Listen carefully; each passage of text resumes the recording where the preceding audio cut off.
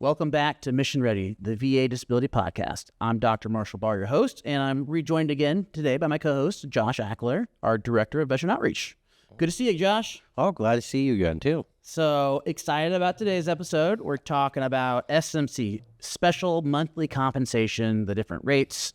It's very exciting because, I think a lot of people, I always ask them, do you think you're maxed out? A lot of guys think that 100% P&T is the finish line.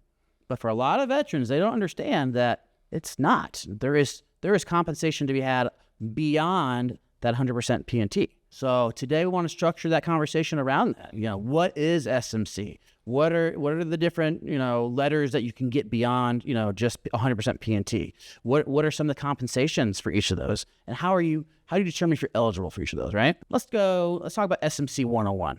All right. So what is SMC? What does it stand for? And what is it? So SMC stands for Special Monthly Compensation. It is a special pay that is beyond your 100%. On top of, right? Correct. It's or beyond, on top of your 100% disability. There's a lot of criteria on some of them that you have to meet, but it's what you get on top. Yeah, things are looking for, it's meant for severe cases like limb loss, paralysis, being housebound, aided attendance, blindness, and et cetera. But I think one thing a lot of guys see that and they're like, oh, I don't have any of that. I don't have amputation. I'm not blind. There's going to be a lot of things that's going to sound like just letter and number blast in the face here. Yeah, and I think what we want to focus on is you don't have to be missing a leg. You don't have to be missing an eye to be eligible. If you have complete functional loss of a limb or complete functional loss of vision, just because you're not missing a body part doesn't mean you can't be eligible for it.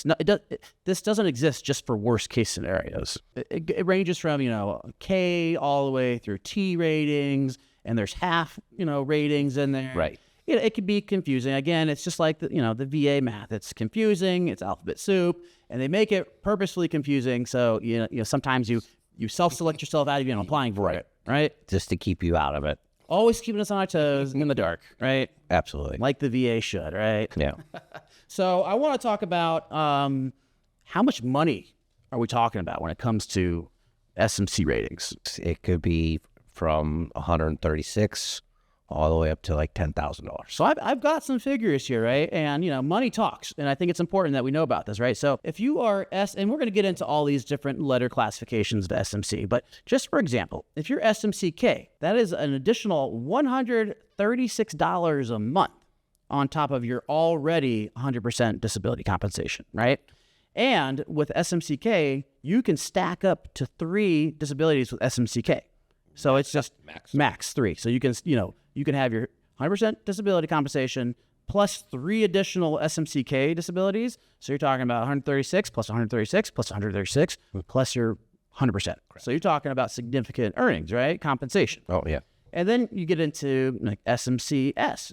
This is going to be $4,288 a month without dependents. So, and it $400. I think it's right around $400. So a little more than $400 additional, right? That's not added on. It's just the total you would get. By the way, I was with Marines the whole time, so I'm not good at math. Yeah, because next we're going to talk about, there's with SMC S, you got this. We're going to talk about the 100% plus 60% rule. And what that means, with SMC S is you have to be eligible for that. You have to have one disability that is 100% rated, and then another that is 60% rated. And they have to be individual ones. They can't be additive. You can't have a total additive disability rating of 100% because of like 5 different things. Correct. It has to be one thing, like PTSD, 100%. And then it has to be another individual disability that is 60%, not additive. Oh, it's combined. It is combined 60. That one's 60? Yes. So it is combined 60. Yeah, you're right. Yes, it is have combined. One or more additional separate service-connected disability rated 60% or more. Mm-hmm. Yeah, right? that one and they have to be distinctly different than that 100% disability that you have. And then you've got, SMC O. This is going to be, if you're without dependents, it's $6,689 per month. And that's for veterans with 2 or more major separate service-connected disabilities. And then you've got your SMC R.2, or your SMC Ts. These are like TBIs. And these are going to be $10,964 per month. I mean, Which I would never want to ever see anybody get that. And I mean, if you're SMC R2, that's over $130,000 tax-free per year. You're making more than a congressperson does. I mean, it comes, you've earned it, but I'm just saying this is compensation that guys could be eligible for that they don't know that they're even eligible for because they didn't know existed. Most of those people that are in the R's and the T's, they're not the ones that are spending the money. It's the family members. Yeah, because at that point, it's for aid attendance, you're housebound. But, for some of the less severe cases, you are eligible for some of the lower letter ratings. Correct. We're going to get into that. So why does this matter? It's not just numbers, right? Additional compensation. It is a reflection of the burden that needs to be covered, right? So helping cover that cost of, aid and attendance, helping cost the functional loss of a limb, helping cost, the cost associated with taking care of you, right? Right. So that's why it matters. It's not just numbers, all right? So get rid of that thought process. This is a reflection of the disability you have. I have a good friend here who has no legs. Both of them are gone. So he qualifies for some SMCs because he can't do what he can do anymore. He's all he knows is how to work on. He was a motor T mechanic. Yeah, that's all he knows. And supposedly the VA is supposed to automatically factor that in. Yes, but it doesn't happen all the time. Doesn't happen all the time. So you need to be equipped with the knowledge to challenge them when they come back and say, "Oh, I forgot to add that on." So let's talk about the easiest one, or the most recognizable one that a lot of people, probably are eligible for. They don't realize it is SMC K, right? Rating. So what is SMC K rating? Can you describe what that is? These are like your easiest ones that you're gonna get. So you're gonna have a loss of functional use or actual loss of one hand or a foot. So that would be, say like if you have diabetes and you have service-connected diabetes. Yeah. Yep. So service-connected diabetes and you cannot use your hand, or you cannot use your foot, or was amputated, or you have any amputations. With those things, those are K awards. You're going to have your erectile dysfunctions. This one's kind of blows people's minds, but it's the loss, which means it ain't there, or loss of use. So that means you get it up. Blows your mind because you're like, I'm going to tell you right now, erectile dysfunction usually comes with a 0% rating. Always. So yeah, always. So guys are like, it's not worth applying for. I'm not going to get any compensation. If you have erectile dysfunction, you need to get service connected for it, because that is a loss of a reproductive organ, and you are eligible for an additional $136 per month. Do it. File for it. Come to us. We'll help you out. And also, because you also get service connected 0%, you get Viagra, Cialis. If you can't use that stuff, sometimes that doesn't help. They'll get you the pumps. They'll get penile implants. Yeah. They'll implants. They'll give you, some of these people I know, they don't have the stuff that's not there. They'll give you the, ball implants. Because they're at 0, it's free. But beyond, I know we often think erectile dysfunction, right?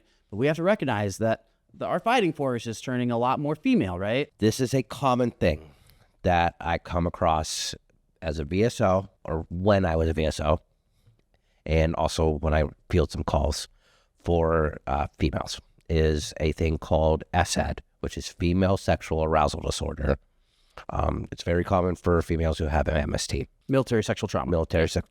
That's a K award. So lack of desire, lack of dryness, yes, pain with intercourse.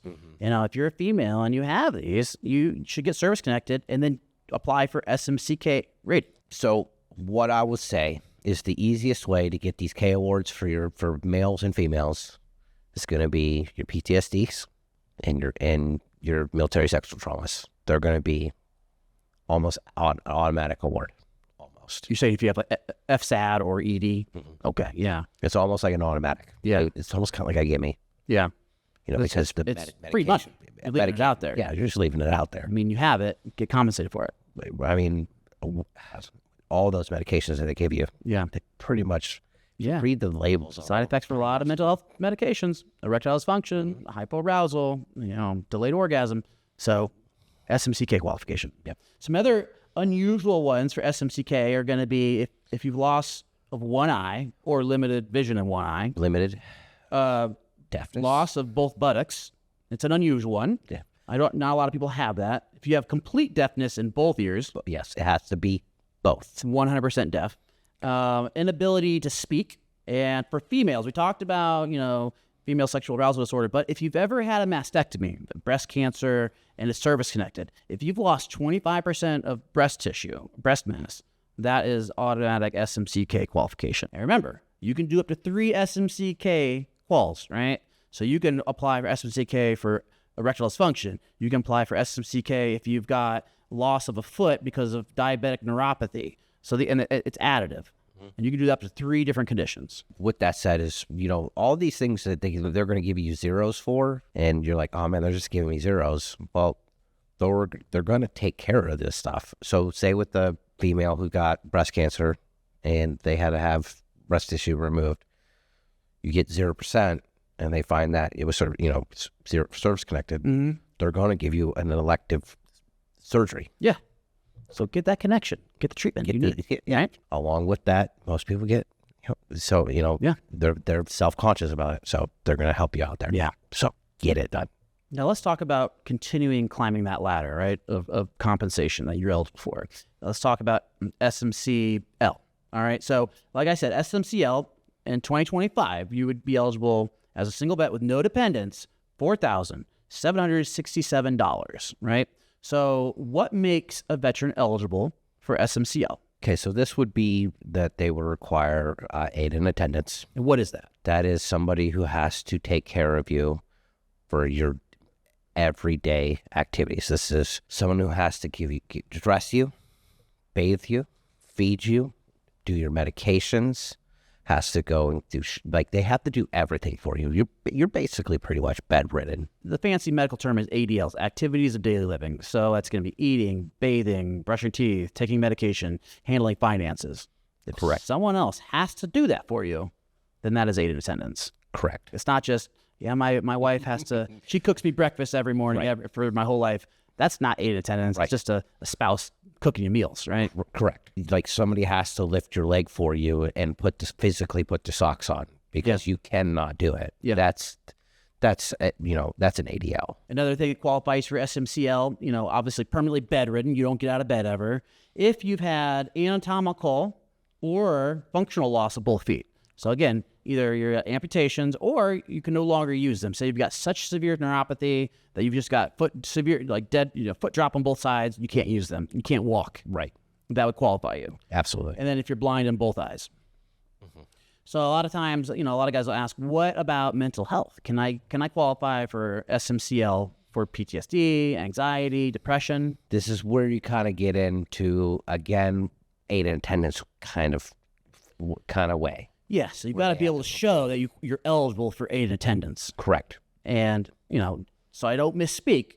The criteria, is if you got to be able to show, are you a danger to yourself or others? Are you unable, again, because of your mental health, PTSD, anxiety, unable to perform those activities of daily living, bathing, dressing, medications, eating. And, we got to have evidence to support this. Medical records that show, severe behavioral impairment, severe cognitive impairment, support witness testimony from family members, loved ones, friends, your provider. You need to show this, right? And that would be that form called 212680, which is your aid and attendance form, which needs to be done by your treating provider. Not evaluating provider. Not an evaluating provider. It needs to be done by a treating provider. So don't let anyone trick you that they can do the service for you, over the phone or a video. If they do that, you're talking to some shady people. If you got questions, we do that for free. We can help answer those questions for you. Yes. But you need to have your treating provider do that. Absolutely. Because it's very, very in-depth. It's a very long form. But if your loved one, and your veteran has severe PTSD, depression, anxiety, and it causes them to have, total disorientation, psychosis, or the inability to communicate, that is another reason that you can qualify for SMCL. Because again, that's going to qualify for that aid in attendance. Somebody who had a TBI and developed Alzheimer's, dementia. Mm-hmm. This is where it kind of goes in. This is kind of where it takes effect, because this is where you get that cognitive. They can't maintain their finances. This is very, very big. Yeah. A lot of times, if Social Security gets involved, and in Ohio, it's called SMILE. If Social Security comes in and says that you cannot maintain your finances, you should start looking into this. Yeah, and it means you can't do it at all. Can't manage your checkbook. Someone has to handle your finances completely. Not just a little bit. Doesn't mean that your mom's co-signing on your credit cards for you. Right. It means that you cannot do your management of money at all. That means they literally just take away your entire money, your whole paycheck, and they pay your bills. And then moving along, SMC O, base rate for 2025, $6,689. That's with no dependent, single bet. And this is going to be awarded for dual severe service-connected disabilities, such as, total blindness plus loss of both legs. Yeah. So it's essentially two disabilities that each independently qualify for SMCL or higher. When we think about mental health conditions, if you have 100% PTSD, and you require aid and assistance, plus a separate physical condition like amputations, blindness, paraplegia, you may be eligible. The key is both conditions must stand alone and not overlap. Now, SMC S, moving on, this one is going to be $4,288, single bet, no dependents, and there's two pathways to be eligible for the SMC S. Yes. So one is you're housebound, which means you are confined to your house due to your limitations from your disability. You're not leaving. The other is that 100 plus 60 rule. Correct. 100% plus 60% rule. This is going to be your second most common. Yeah. And that remind everyone again what the 100 plus 60 is, what that rule is. So the 100 plus 60% rule is you must be individually rated at 100% plus combined ratings up to minimum 60% or higher. It has to be 60% or higher with 1 at 100 in order to get this SMCS homebound status. And homebound status, you got to have a medical provider that states why you cannot leave your house. Absolutely. So it's not by choice. Agoraphobia, which means that you have the fear of leaving your home. Mm-hmm. It has to be well documented. It has to be documented that it's severe enough. You can't just say, well, I just don't leave my house because I don't want to. Yeah. It has to be documented. It has to be very well documented. It's very hard to get this one. I've only seen it once. Get it documented. But there are veterans out there that there are really struggle. They can't leave their house because they are so crippled with panic attacks, anxiety. Their PTSD is so severe that they qualify for housebound status. Oh yes. The biggest problem is it's the documentation. It's make sure you get that documented.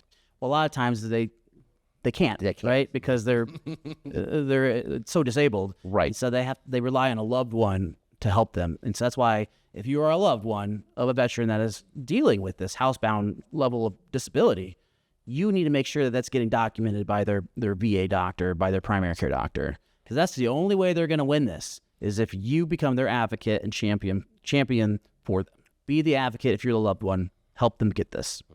And then let's talk about the tip of the spear, the highest ones. This is going to be your SMC R's and your T's, the maximum tops for rating. So SMC R.1 and R.2, this is if you have aid and attendance plus a high level of care. So you think about, help with bathing, eating, all those activities of daily living, plus you need supervised medical attention.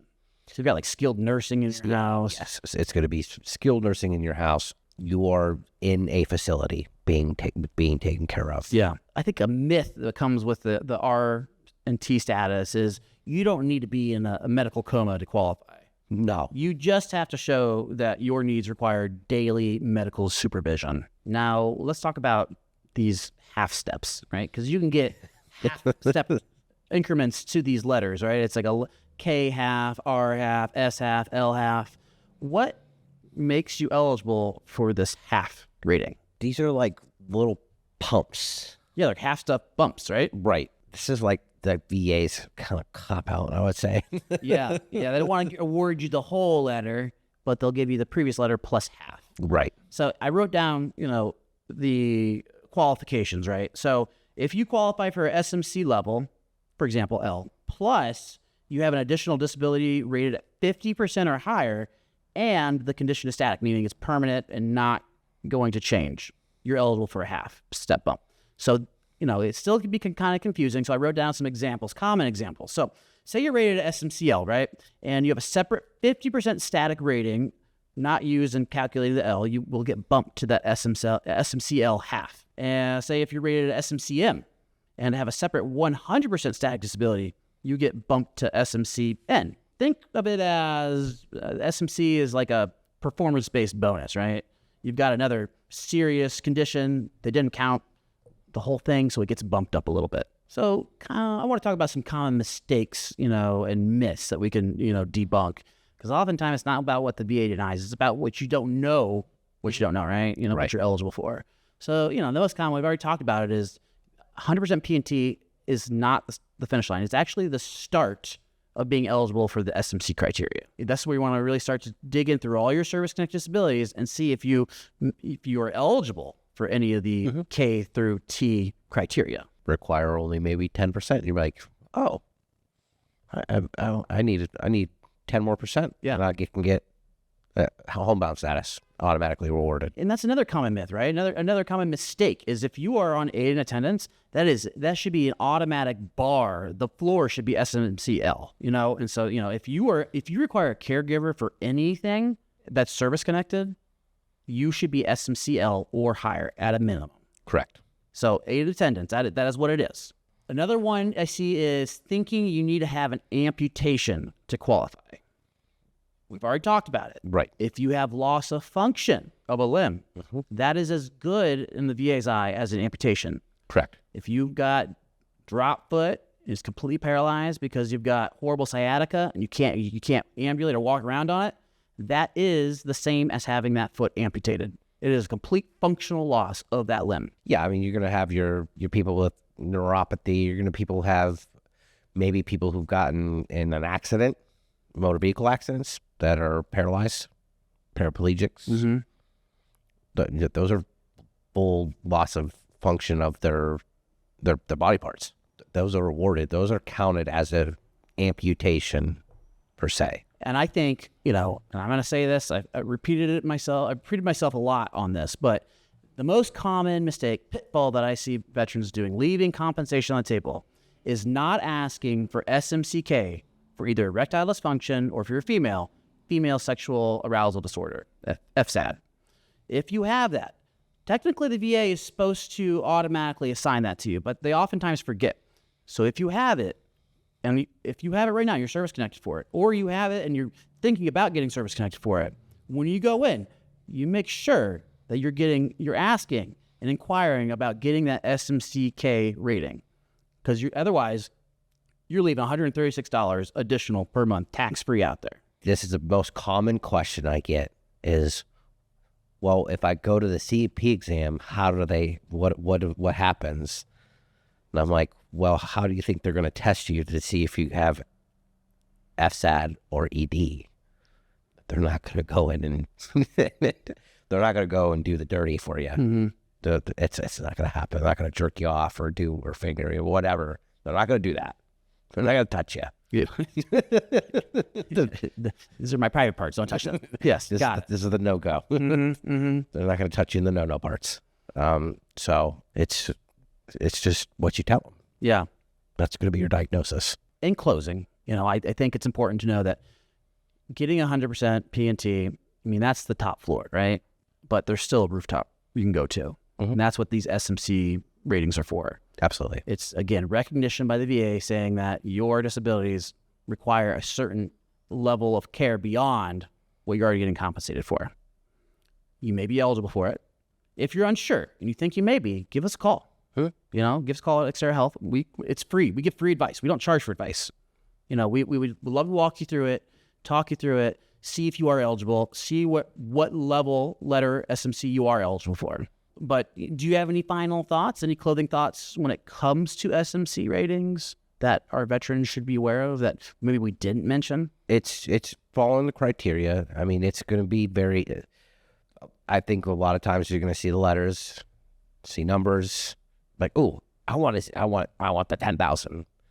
Well, you don't want to be at 10,000, you know. Well, I hope you don't want to be there. Let's work your way, you know, to there.